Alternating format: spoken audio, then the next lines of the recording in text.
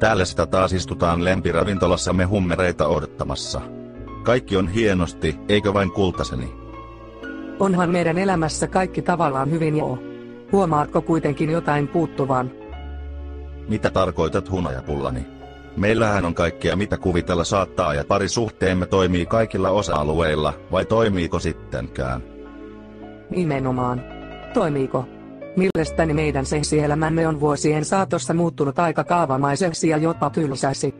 Nyt kun sanoit, niin kaipaisin todella itsekin pientä piristystä sille osastolle. En kuitenkaan halua pettää sinua.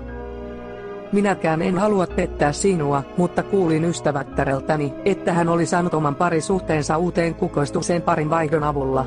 Mitä ajattelet siitä itse? Nolottaa tunnustaa, mutta olen miettinyt ihan samaa jo pidemmän aikaa, mutta en ole uskaltanut ottaa asiaa puheeksi, koska pelkäsin sitä miten reagoit. Nyt kun tämä ratkesi näin kivuttomasti, niin mitä sanot, jos liitytäänkin tänään deittisivustolle missä on samanhenkisiä ihmisiä, parin vaihto mielessä? Paras idea vuosiin.